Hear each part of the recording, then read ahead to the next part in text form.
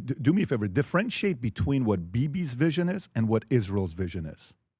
What do you mean by that? Okay, so for instance, you could have there's a difference between what America's vision is. Yes. Be the greatest country in the world versus what AOC's vision would be if she became president versus Trump, right? So what do you think is Bibi's vision versus Israel's vision? That's a great question. And I'm sorry to be the bearer of bad tidings. We do this thing in the US, especially on the liberal side, where we say, look, we're against the Netanyahu government. We're not against Israel or the Israeli people.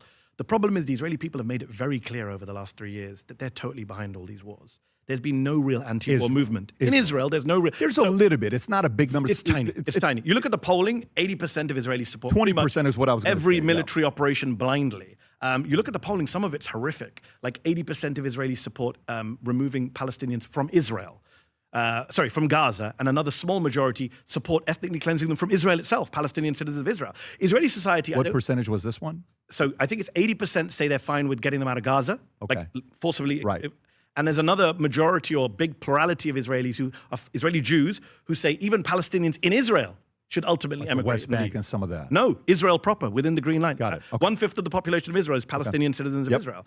So the polling is horrific. There was a poll done last year by Penn State, I think it was, where almost half of Israelis said that when we capture a town in Gaza, we should treat it like the Bible and Jericho. We should kill all the inhabitants, all the men. Like this kind of crazy. So, okay, all these polls, you take them with a pinch of salt. I get it.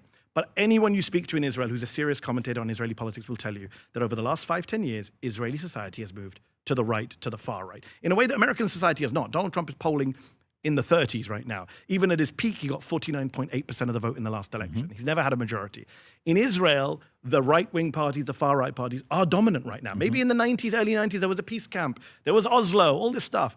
That's gone now. You could argue about why it's gone. So how is that? How is that possible? How is it that in Israel, the guy is being that aggressive and his support is getting higher?